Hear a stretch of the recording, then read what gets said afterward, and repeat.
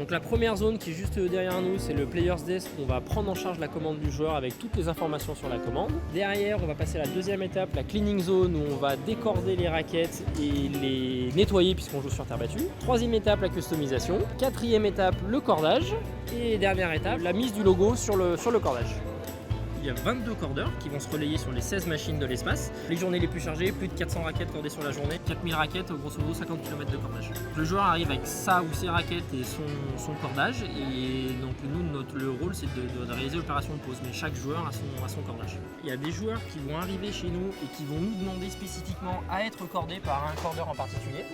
Et puis il y a le cas inverse où le cordeur, de par son expérience et justement le fait d'être présent sur différents tournois, va corder toujours le même joueur sur les différents tournois. Quand on atteint un certain classement, le joueur ne va pas jouer exactement avec la raquette qui est en magasin. Ce qui s'est passé il y a un petit peu plus de 2 ans maintenant pour Nadal, il a souhaité faire évoluer son jeu et avoir un petit peu plus de longueur de balle, un petit peu plus de puissance. Donc dans cette situation, on a modifié les réglages de sa raquette. Pour lui, on va rajouter 16 grammes sur la raquette et on va passer la balance de 32 cm à 32,5 cm pour qu'il puisse gagner en longueur de balle et en puissance. Il va nous demander de mettre la même tension sur les montants et les travers. Alors pour vous donner un ordre d'idée, Nadal va utiliser entre 60 et 80 raquettes par an. Les raquettes sont cordées, décordées plusieurs fois par jour. Les raquettes avec le temps vont s'assouplir et donc perdre en performance. I swing for Eugenie Bouchard, Simona Halep. In my hometown Rotterdam, I swung for Roger Federer.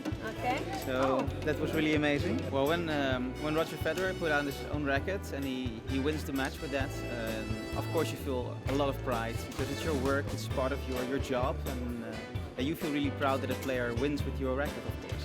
Well, when a player breaks his racket, when he's losing, we don't feel that bad. We can have some issues when players come back and they complain about the stringing. That's why we always use logs, so that we can check what we did with which player and which result it has given on equipment that measures the tension of the string. So we try to keep that one as a safety.